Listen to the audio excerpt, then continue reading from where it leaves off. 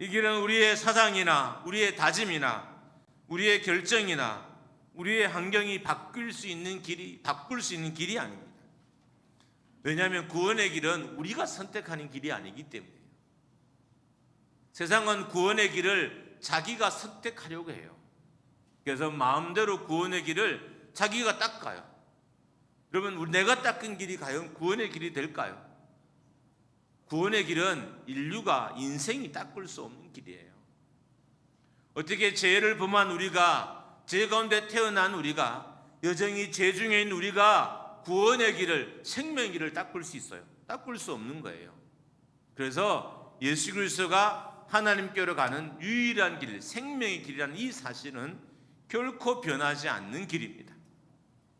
고린도전서 2장 2절입니다. 같이 읽습니다. 시작. 내가 너희 중에서 예수 그리스도와 그의 십자가에 못 박히신 것 외에는 아무것도 알지 아니하기로 작정하였음이라. 사도 바울은 예수 그리스도를 믿은 후 예수 그리스도와 그분이 달리신 십자가 외에는 아무것도 알지 않기로 작정했다고 말하고 있습니다. 어떤 의미냐면 예수 그리스도 외에 다른 것을 아는 것은 낭비라는 거예요. 십자가 외에 다른 길을 찾는 것은 낭비라는 거예요. 찾지도 못할 뿐만 아니라 모든 걸 다 허비하는 아주 최고의 낭비라는 거예요. 예수 그리스도를 믿는 자신에게, 하나님의 백성이 된 자신에게 가장 필요한 것은 그리스도였습니다. 그분을 믿는 것이고 그분과 동행하는 것이고 그분께 순종하는 것이에요. 그래서 예수 그리스도 외에는 아무것도 알지 않기로 바울이 작정했던 것입니다. 다른 신을 믿는 건 낭비라는 거예요. 바울에게서는 낭비라는 거예요. 자기가 왜 이렇게 낭비되는 일을 해야 됐냐? 나는 할 수 없다는 고백인 거예요. 난 이렇게 내 시간과 내 물질과 내 삶과 정력을 낭비하는 이런 일들은, 이 어리석은 일은 나는 할 수 없다 라고 고백하고 있는 것입니다. 그래서 십자가에 못 박히신 예수 그리스도 외에는 아무것도 알지 않기로 다짐하고 있는 것입니다. 예수 그리스도는 우리에게 플러스 요인이라면 다른 것들은 다 마이너스 요인인 거예요.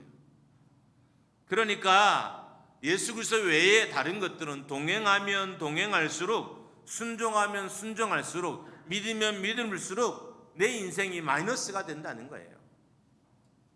오직 예수 그리스도와 동행하는 것, 예수 그리스도를 믿는 것, 예수 그리스도에 순종하는 것만이 내 인생의 플러스가 된다는 것입니다. 성경은 정확하게 예수 그리스도가 유일한 구원자라고 말합니다. 정확하게 기록된 것을 믿으면 믿을수록 인생은 견고해져요. 여러분, 기록된 말씀은, 정확히 기록된 말씀, 이 말씀을 믿으면 믿을수록 인생이 견고해지는 거예요. 우리가 왜 견고하지 않을까요? 우리가 왜 쉽게 흔들릴까요? 조금 문제가 생겨도, 조금 어려움이 와도 왜 쉽게 낙심할까요? 우리는 흔들리지 않는 이 말씀들을, 견고한 이 진리를 붙잡지 않았기 때문인 거예요. 흔들린 걸 붙잡으면 흔들리게 돼 있습니다. 흔들리지 않는 것을 붙잡으면 인생이 흔들리지 않습니다. 예수 그리스도는 우리 인생을 흔드는 그 어떤 것으로부터 우리를 다 지켜줄 수 있는 분이에요. 그분과 함께하면 함께할수록 인생이 더 든든해지고 더 견고해져요. 그러나 우리에게 주신 유일한 길이 아닌 다른 것들은 동행하면 할수록 시간이 낭비돼요. 이런 말이 좀 여러분에게 어떻게 들릴지 몰라요. 친구를 소중하게, 아주 귀하게 여기는 분들이라면 제 이 말이 조금 기분 나쁠 수도 있을 것 같아요. 저도 친구가 있어요. 오래된 친구들, 한 40년 된 친구들이 있어요. 정말 친해요. 매주일 한 번씩 통화하니까, 남자들이 그렇게 통화하기 쉽지 않잖아요. 매주일 한 번 통화해요. 그러니까 친한 거죠. 친한 거. 우리의 가정사를 서로 다 알고, 그리고 정말 그중에 사업하는 친구는 이미 우리 교회도 여러 번 도와줬어요. 청년들이 매년 수련회 갈 때마다 수련회 숙소 비용을 이 친구가 늘 다 대줘요. 이게 뭐 50만 원이면 50만 원, 100만 원이면 100만 원. 제가 이렇게 문자를 넣는 순간 바로 이렇게 돈이 이렇게 와요. 그리고 당연히 이 친구들이 소중하죠. 그러나 저는 이 친구 때문에 내 인생이 흔들리지 않는다고 생각하지는 않았습니다. 친구들이 소중하고 귀하지만 이 친구를 잡는다고 해서 내 인생이 안 흔들리지는 않는다는 거예요. 나를 안 흔들리게 하는 유일한 분은 오직 그리스도밖에 없어요. 아내가 사랑스럽고 남편이 소중하죠. 그러나 붙잡아도 그럼 아내가 안 흔들리느냐? 아니, 흔들려요. 제 아내는 잘 이 감정의 변화가 없는 사람이에요. 물론 내면에 있겠지만 잘 드러나거나 표현하진 않아요. 그래서 저와는 좀 반대 성격이에요. 그래서 좋아요. 저는 감정이 너무 빨리 표출이 되거든요. 그렇다고 해서 제 아내가 안 흔들릴까요? 아니요, 흔들려요. 우리가 흔들리는 걸 잡으면 인생이 흔들리게 돼 있어요. 성경이 명확하게 기록된 것 외에는 그것만이 오직 나에게 진리이고 그것만이 내 인생을 요동치지 않게 하고 그것만이 내 인생을 온전하게 할 수 있다는 것입니다. 요한복음 3장 13절입니다. 같이 읽습니다. 시작. 하늘에서 내려온 자 곧 인자 외에는 하늘에 올라간 자가 없느니라. 인간을 구원하기 위해서 내려온 다른 신은 없다는 거예요. 하나님은 우리를 구원하기 위해서 인간의 몸을 입으신 것입니다. 죄의 육체를 입으신 것입니다. 스스로 피조물이 된 것입니다. 그리고 다시 하늘로 올라가셨어요. 그런데 이런 신은 세상에 없다고 성경이 분명하게 말했어요. 성경이 명하게 말하는 것은 의심해서도 않고요, 요동칠 필요도 없어요. 내 믿음이 약할 땐 의심하지 말 것을 계속 의심하고 있는 거예요. 왜 믿음이 약한 게 어려운 거냐면, 힘든 거냐 하면 의심하지 말아야 할 걸 자꾸 의심하는 거잖아요. 우리 믿음이 빨리 좀 자라고 성장할 필요가 있어요. 그러면 의심하지 않아도 될 것은 의심하지 않거든요. 그러면 삶도 안정이 돼요. 우리는 의심하지 말아야 할 것을 계속 의심해요. 만약에 우리가 가족이에요. 근데 가족이 가족을 계속 의심해요. 그러면 그 가족이 온전히 설 수 있겠어요? 그래서 이제 의처증, 의부증이라 그러잖아요. 대부분 의처증이나 의부증이 있는 가정은 다 깨어집니다. 왜요? 그건 견딜 수 없는 거예요. 그 안에 있는 모멸감도 이겨낼 수 없어요. 견디는 것도 기적이에요. 안 견디는 게 정상인 거고. 왜요? 모든 걸 의심하거든요. 여러분, 성경은 없다고 하는데 세상은 있다고 하는 게 있어요. 잘못된 거예요. 성경이 없다고 하면 그냥 없는 거예요. 성경이 있다고 하면 있는 거예요. 그런데 우리는 성경이 없다고 함에도 불구하고 있는 것처럼 만들기 위해서 지식과 권력을 동원합니다. 그렇다고 해서 성경에 없는 것이 있는 것이 되는 게 아니에요.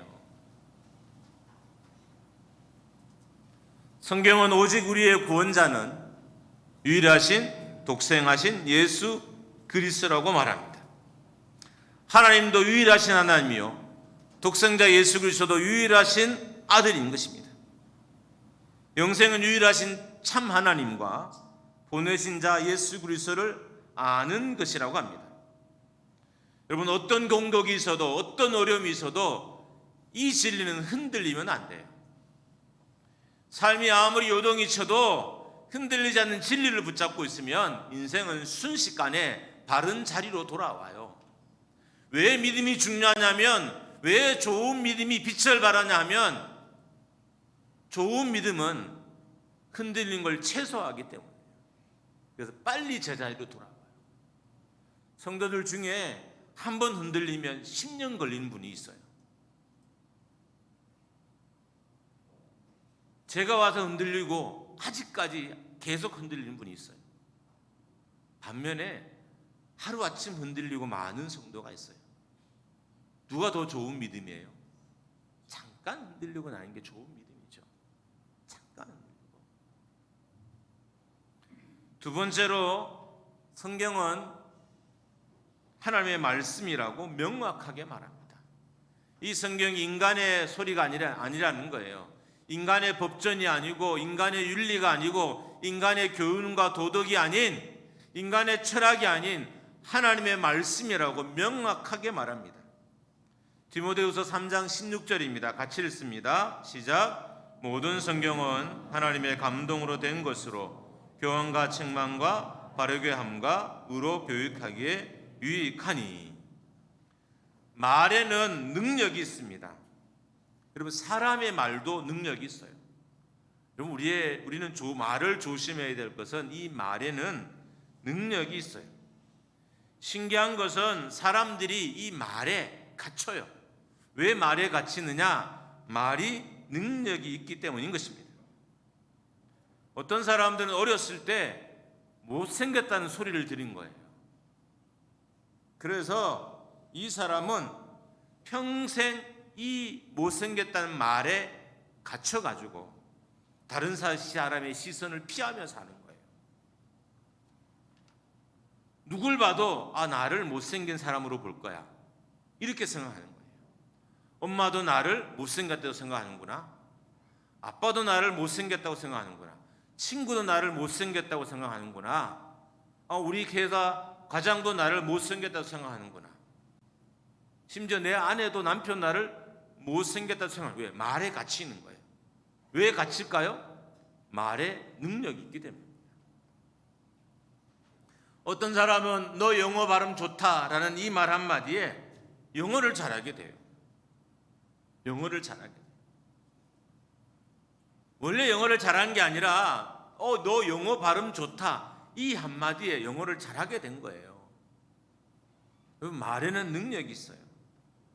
사람의 말에도 이렇게 능력이 있는데 하나님의 말씀에 얼마나 능력이 있겠습니까? 할렐루야. 이 성경이 하나님의 말씀이에요.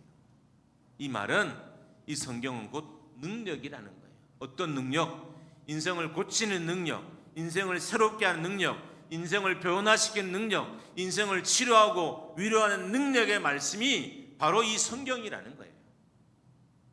사람의 말도 하물며 이렇게 힘이 있는데 하나님의 말씀에 권세가 없으며 능력이 없겠습니까?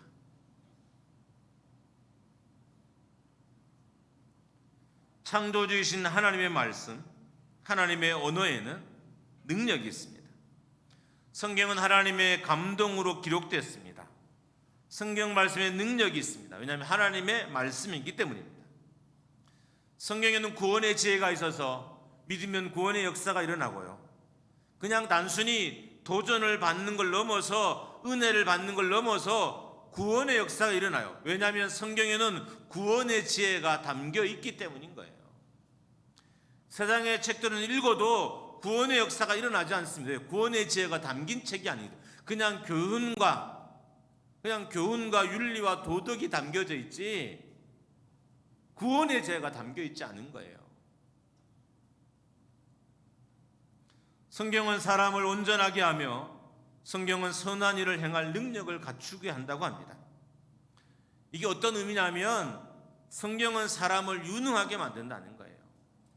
우리가 유능하지 않잖아요. 힘이 없잖아요. 근데 성경이 유능하게 한다는 거예요. 사람을 유능하게 한다는 거예요. 제가 졸업한 이 학교의 교수님 중에 박희천 교수님이 있어요. 말씀도 좀 느리시고 그냥 동네 어르신인데 한학자 같은 분이에요. 한학자. 굳이 연상을 하면. 근데 이분이 성경을 도대체 몇백 번 읽었는지를 몰라요. 그래서 설교할 때 저희는 성경 이렇게 보잖아요. 이분은 안 보고 그냥 다 설교를 해요. 왜냐하면 거의 대부분의 성경이 이분의 머릿속에 다 있어요. 성경은 능력이라고 했잖아요. 이분이 그 시대를 대표하는 대학생이 가장 많은 교회를 섬겼어요. 말씀이 능력이니까 증병이 됐잖아요. 또 이분의 제자들이 지금 우리나라에서 가장 크다는 게 전부 쌓이는 않을 수 있지만 어떻든 뭐 그렇게 친다면 가장 큰 교회에 다 담임들이에요. 그 대학부에 있었던 제자들이. 그러니까 말씀이 능력이라는 것이 이분의 삶이 고스란히 증명한 거잖아요. 고스란히. 이분이 한 걸 한 거는 말씀을 열심히 읽고 그 말씀을 열심히 전한 게 전부인데, 교회는 가장 많은 대학생이 모였던 교회였고요. 그 모였던 제자들은 이 시대를 이끌어가고 있는 다 따지면 능력이 있는 목회자인 거죠. 말씀이 능력이라는 것을 그분의 삶이 증명한 것입니다. 그렇기 때문에 사상을 의지하지 말고 말씀을 의지해야 됩니다. 신념이나 철학을 의지하지 말고 말씀을 의지해야 됩니다. 우리는 철학에서 더 나은 가치관을 찾습니다. 우리는 한 사람의 생애에서 더 나은 가치관을 찾습니다. 그러나 여러분과 저의 기준은 사람에게서 나올 수 없고 철학책에서 나올 수 없고 오직 말씀인, 하나님의 말씀인 성경에서 나올 수 있어요. 성경은 분명히 하나님의 감동으로 기록된 하나님의 말씀이라고 전하고 있습니다. 성경은 분명히 교훈과 책망과 바르게 함과 의로 교육하기에 유익하다고 하고 있습니다. 성경은 분명히 사람을 유능하게 하고 온갖 종류의 선한 일을 하게 한다고 하고 있습니다.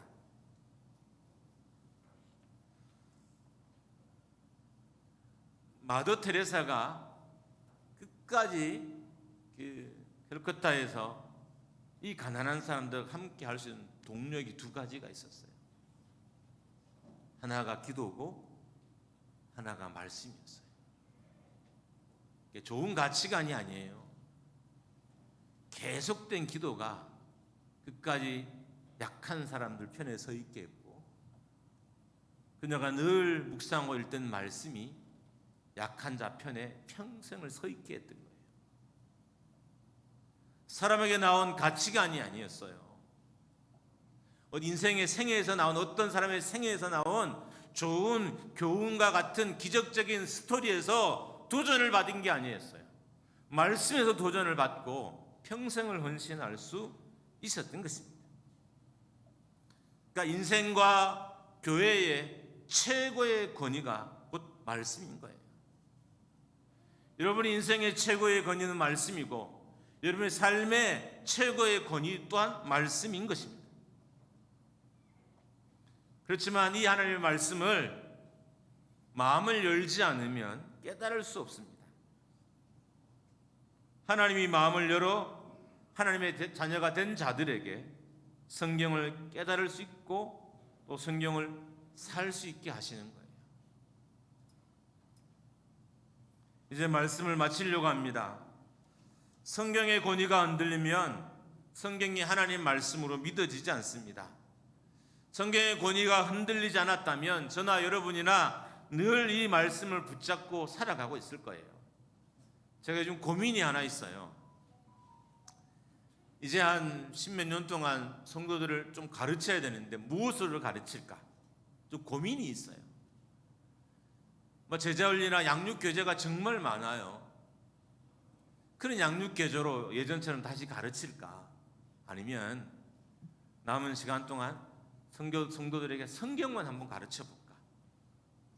제자훈련은 없애고 성경만 계속 가르치는 거예요. 이번 달은 갈라디아서, 물론 이렇게 설교를 통해서 아니라 소그룹으로, 이 팀은 갈라디아 하면 이 팀은 또 요한복음하고 이 팀은 창세기, 이렇게 해서 한 달에 몇 팀씩 계속해서 성경을 너무 오래 가르치면 지치니까 한 4주, 8주를 해서 계속 말씀만 가르쳐 볼까? 계속 고민 중에 있고 기도 중에 있습니다. 뭘 해야 할까? 여러분, 성경의 권위가 흔들리면 하나님의 말씀으로 믿어지지 않습니다. 하나님의 말씀으로 믿어지지 않으면 성경의 능력을 체험할 수 없습니다. 성경 말씀 중에는 시대와 상황에 맞게 해석해야 되는 것도 있어요. 그러나 결코 흔들리면 안 되는 것도 있습니다.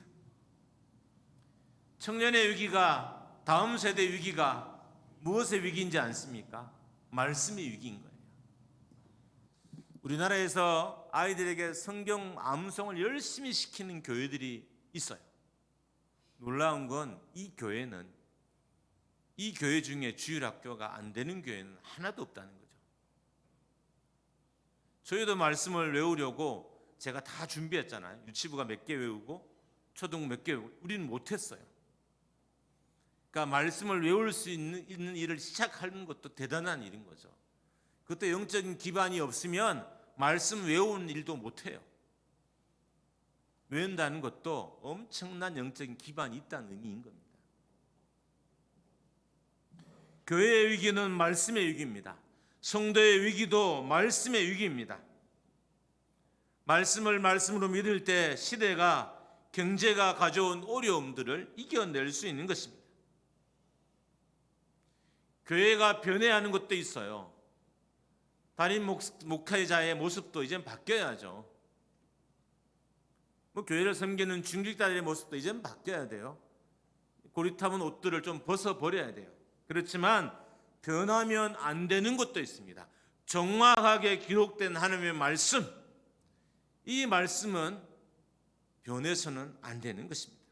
새롭게 해석해서도 안 돼요. 우리가 한 일은 그냥 받아들이는 거죠. 믿고 아멘 하는 거죠. 그럴 때 교회도 우리의 인생도 요동치지 않게 되는 것입니다. 아무쪼록 흔들리지 말아야 될 하나님의 말씀이 여러분과 저 안에서 흔들리지 않게 되기를 주님의 이름으로 축복합니다. 할렐루야. 세상이 여러분을 요동치게 해도 정확하게 기록된 하나님의 말씀 앞에서는 그 말씀을 흔들릴 일들이 우리 가운데 일어나지 않았으면 좋겠습니다. 예수님만이 유일하신 구주이십니다. 할렐루야. 성경은 하나님의 말씀입니다. 할렐루야. 이 말씀을 믿고 이 구주 그리스도를 붙잡으시는 교회가 되기를 축복합니다.